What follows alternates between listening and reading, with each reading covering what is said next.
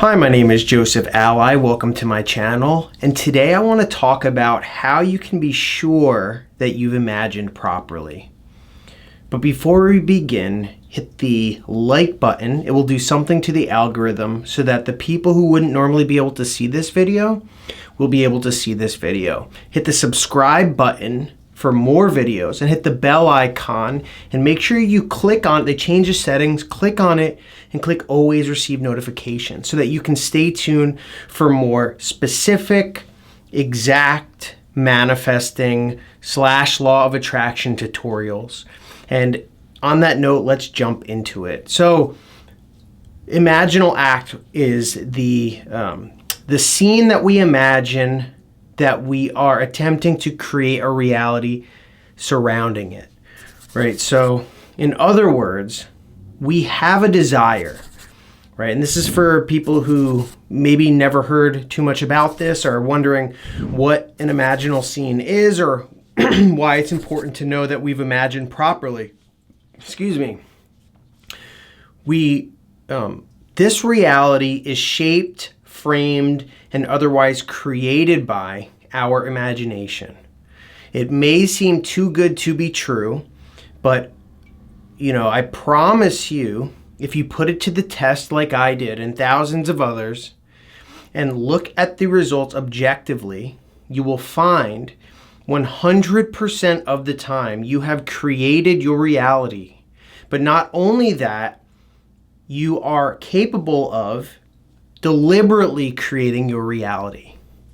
That's the beauty of manifestation. It may sound like a dream, too good to be true, or like magic, or something that should not be so easy. But in truth, the only requirement to deliberately begin to shape our reality is to imagine, right? Imagining is the faculty within every single human being's mind.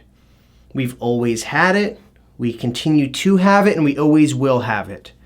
This tool that many chalk up to childish behavior, or what we teach a child to do, is actually the cause of all the phenomenon of your life. Everything was first imagined. And so to create the reality that we wish to experience, we need only imagine that reality. But you might ask, well, I've been imagining my whole life and I've still never received the things that I wanted. Why is that? Well, there's a very specific process that you must undergo. One process that most individuals overlook, that most teachers fail to observe or teach, but is so simple and so obvious that upon hearing it, it makes perfect sense and everything falls into place. And that one difference between getting what you want and not getting what you want, the difference between the dreamer and the receiver, the actual implementation master, the creator of his fate and reality, is to imagine, there's, I guess, two components to it, as if it's already done and after you've already received it. Now, there's a long, complex reason for it. Pretty simple, but to delve into those details would require another video, one that I have many of, if you wanted to search through my channel. But suffice it to say, the awareness which is aware of our imaginal act, meaning our awareness, our true self, that which we imagine within, replicates the contents of the imaginal act and pushes it out on the screen of space. And that's what we call manifestation, or as the law of attraction people say, attract. It's more accurately, once you investigate and test it, it's more accurately creation. So, but nevertheless, there's a process of imagining after the end and in first person point of view that is required, that separates people who get what they want and people who don't get what they want. People who try and try and try and never receive versus people who do it once and get it every single time. I fit into that category. Many who follow the examples of what I go through in my videos also fit into that category. So how do we know that we've imagined properly? How do we know that we are going to receive our manifestation? There's two components when it comes to that. One is internal and the other is external. Meaning one is what we will be doing to imagine, and then how we know we've done it right internally versus what should happen afterward to prove to us that we've done it properly. So I think first, briefly, it's important to go over what an imaginal scene actually is, what it should consist of. And I'll actually explain to you some recent stories in my life that go along with this topic. So when I say imagine after the end, right, and I gave it a very specific phrase before, and that is that our awareness replicates the contents of our imaginal act. Imaginal act is just the imaginary scene that we imagine, right? So if it is going to replicate it, then we want to make sure that whatever we put in it is the fulfillment of what we wish to experience. Meaning we don't want to experience in real life before we've received our end result, before our dream come true. No, we want to experience it once it's already done. We want to experience it so there's no more work to be done. There's nothing else to do. There's nowhere else to go. There's nothing further, no work to be done. So after the end means an example of this would be if you wanted to receive a sum of money, right? You're not imagining holding a check in your hand, although that even I thought this at first, right? Many people imagine this scene. They're holding the winning lottery ticket. They are holding the check in their hand. But there is so much that can go wrong between the time you're holding a check in your hand and actually having it in your bank account. So after the end, we have to be very clear and concise on what we want. So in other words, going along with obtaining a large sum of money, think about what sum of money you would want. Would that be $100,000? Would that be $1 million? Would that be something other than money, like a fancy car or a series of luxurious vacations, a mansion, whatever it is? We think of what would be happening. What's our ultimate dream?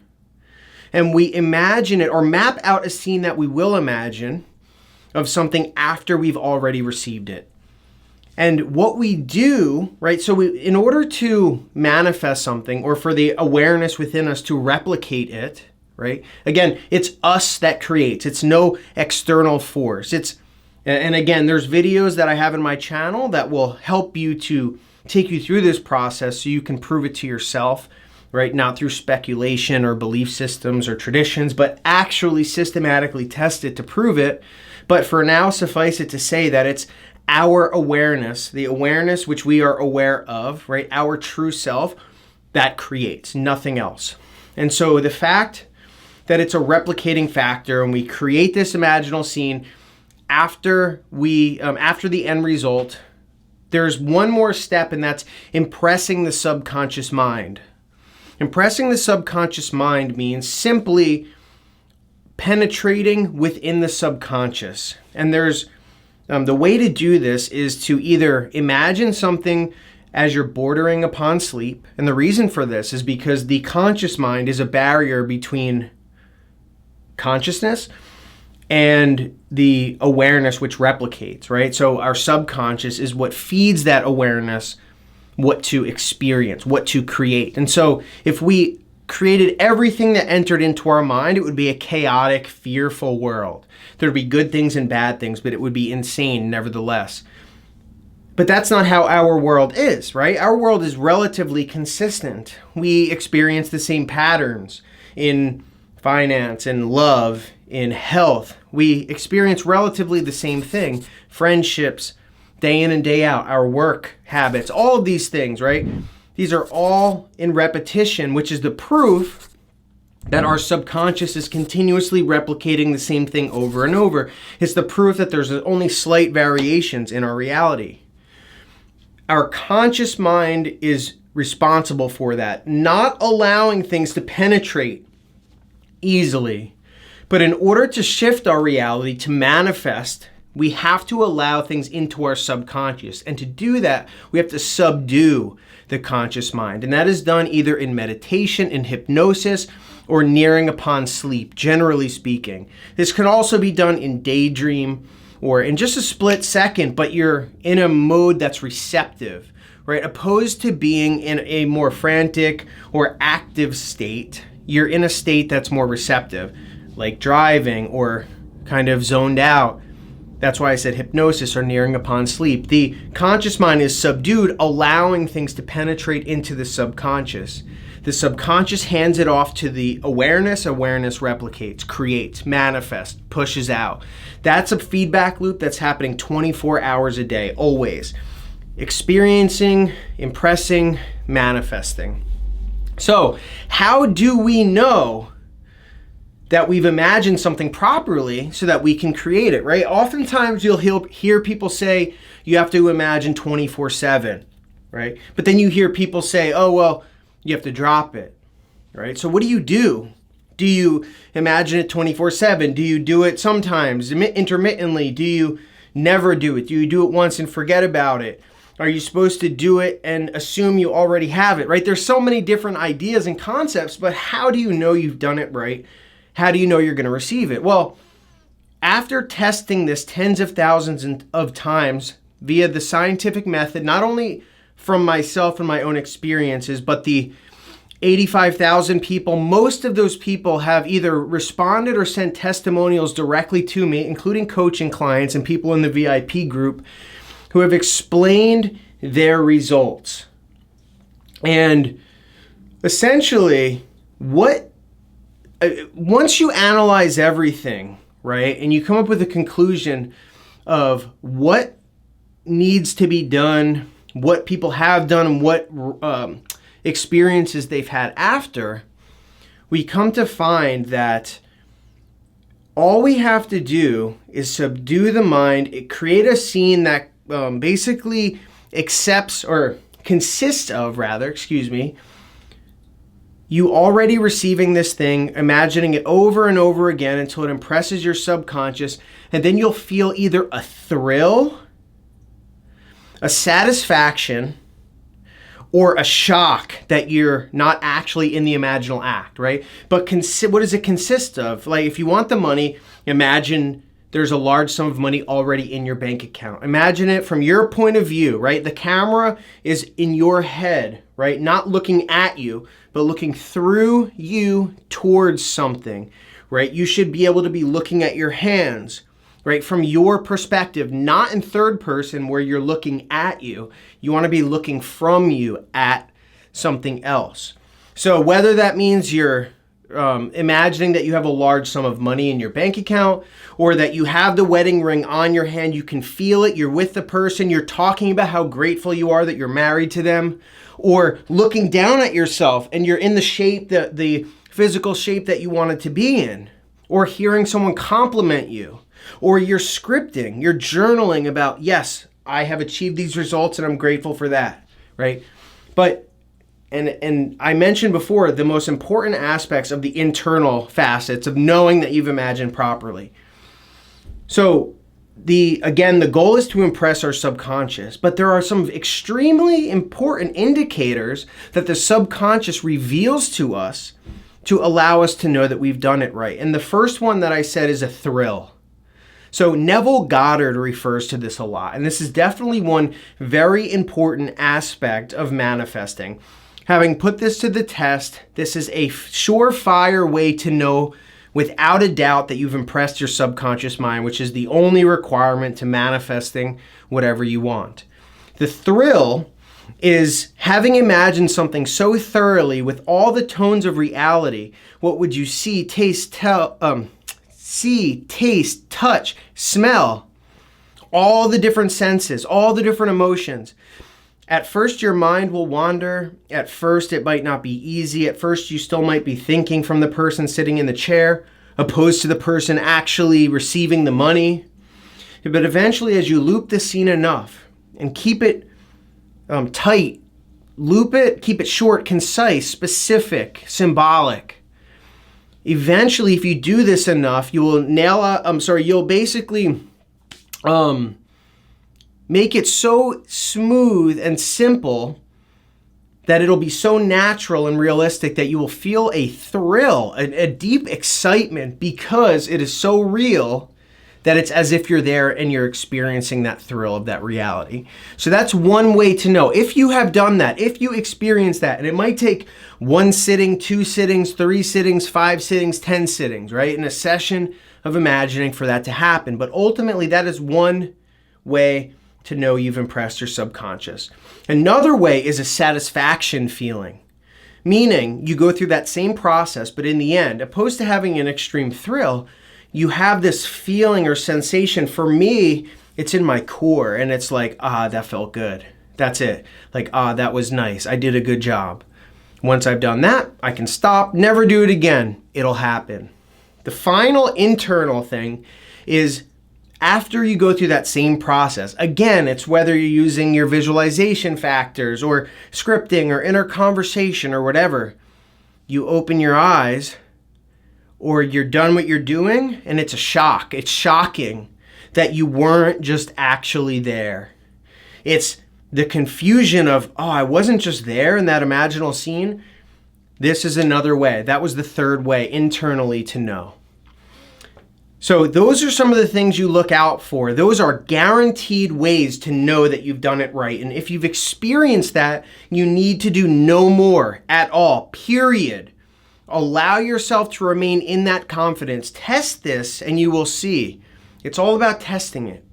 So that's the very important, aspects of how you can know internally that you've done it right, that you've impressed your subconscious, which is the only requirement to manifesting.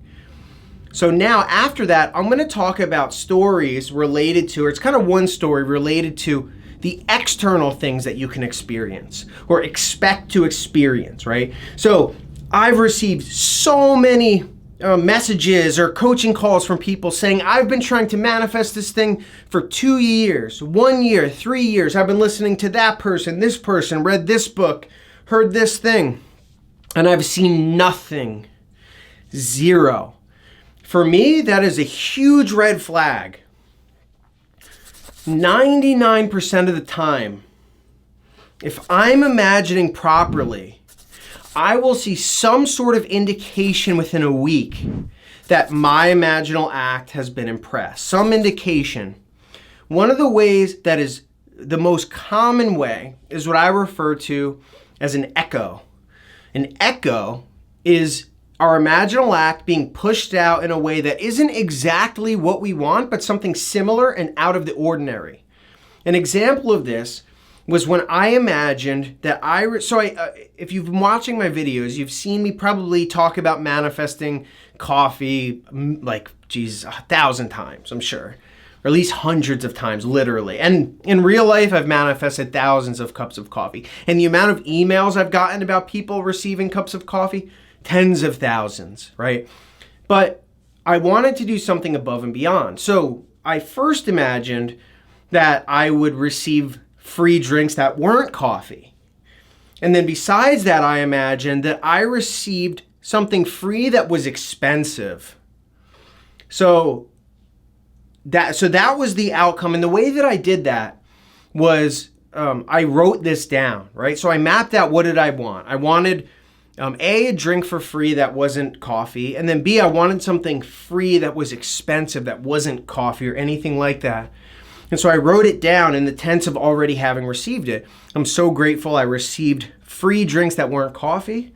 And then I imagined by writing down, one time, mind you, wrote down, I'm grateful that I received, what was it exactly? Something to the effect of, I received a large sum of money for free, right? So it was kind of in a sense where something would come either from that money, right? Because what you will receive will be as specific as what you write or what you think or what you imagine. And so the concept here was something was going to be mine for free that was expensive. And this is what happened.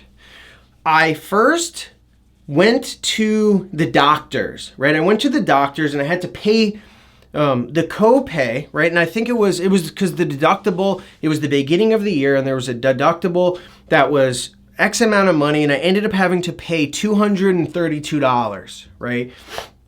In my mind, because I know that there's a deductible that you have to pay, whatever, and I know that they covered already a certain percentage of it, that was what I was going to have to pay. But nevertheless, I just kept that in mind, right? And that was just something I thought of and thought of like, okay, that is a substantial thing that if I got it for free, that would be great. But I never thought of it again, right? The next day, I went on and I made a purchase online on eBay. And it was something like, it ended up being $229. Okay, when I received the product, it was not what I asked for. And so I immediately went in and reported it as a dispute, right? And no problem, I'll send it back. Literally, no worries about it. But nevertheless, then a light bulb went off. The two prices were almost exact, $229 and $232, right?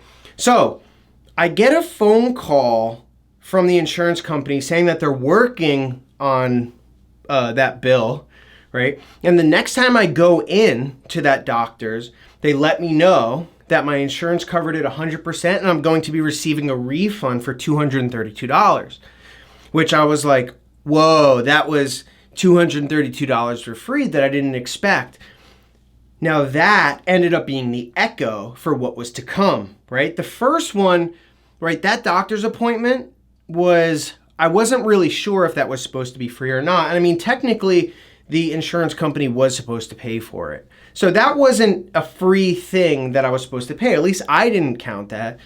But now what happened was the item that I bought, I wanted it, but it didn't fit the description and I felt like I shouldn't have paid the amount that I paid. And so like I said, I would return it back. What ended up happening was they refunded me the money, the $229, and then the seller specifically said I could keep the product. So it ended up me getting not only the first $232 refund, which was a free surprise for me, but then a $229 item entirely for free, leaving me making, what's that, like $450 to $50 or something like that. So the echo, right? The echo was the insurance company paying, right? That was the echo because it was something similar to what I had imagined. And the fact that the item that I had purchased that I wanted the refund on was almost exactly the same price as I was owed back from the doctors. So you can make a connection and say, this cannot be coincidental. Not to mention, I've imagined something similar and it's happening and it's out of the ordinary, right? Normally people don't send the wrong thing. So ultimately, that was the echo that gave me the indication that my manifestation was going to come to pass. Now, this is the same type of thing that will happen with everything. If you are looking for a specific person and you've imagined a scene, right, you will experience something on the external world similar to what you've imagined. It won't be the end result necessarily, right? If it's not, as long as you experience something similar to it, something clear, not something that you're grasping at straws and saying, I saw a license plate with this, or, I saw someone on Facebook with the first and last name. No, it has to be something in your face, something that you're not questioning, was this a coincidence or not? Because that's how it will work. That's how it'll work. And then ultimately, right, the same thing with money. You'll find something will appear to you. You'll get if you want $1,000, you might get an email, even if it was bogus, that was like, you just won $1,000, right? Something out of the ordinary, clear as day, in your face. If you're not getting that within a week, is what I would say, maximum 2 weeks, then you have to pivot what you're doing. Choose a different scene, imagine a different end, and imagine it more thoroughly until you either get that thrill, you get that satisfaction, or you get that shock, right? Oftentimes, I'll imagine multiple scenes, multiple techniques, as long as it's after the end result. Always make sure, take your time, write it down, plan it out, add the details, the symbolic representation. Take your time because it's more important that you get that accurately and imagine it right than imagining some bogus scene that never comes. So those are the indications on how you know your imaginal act has been impressed in your subconscious. Once you've impressed it, a bridge of incidents will unfold independent of you. You will not even have to think about it. You don't have to map anything out. It will happen to you, and you will play the part without you even realizing it. That's how it works. Not only was that person used to give me the wrong product, but they were also used to give it to me for free after the fact. And the same thing with that doctor's appointment. It was just so happened that it was the same price as that eBay item, right? All these things work together without me even realizing at first. I didn't have to do anything in order to say, oh, I better buy this one because that one might give me what I need, that free substantial amount of money, right? So keep those as guidelines, utilize those, and keep your eyes peeled for it. Again, if you've been doing everything and received nothing or seen nothing, then something is wrong, right? Whether that means you're blind to things happening, possibility, or you're doubting, it's another possibility. But most of the times it's because we're not doing it right. We're not taking our time. And in other words, just take your time and anything is possible. Nothing can get in the way. So I hope that was helpful. If it was, hit the like button so that the algorithm begins to spin and, span out and grab everyone in to see this video on systematic manifesting. Hit the subscribe button so that you can follow me and get more of this systematic manifesting in a predictable way, an exacting way. Hit the bell icon and make sure you click it and specify that you want to get notified for each video because they change the settings, and stay tuned for more. Thank you.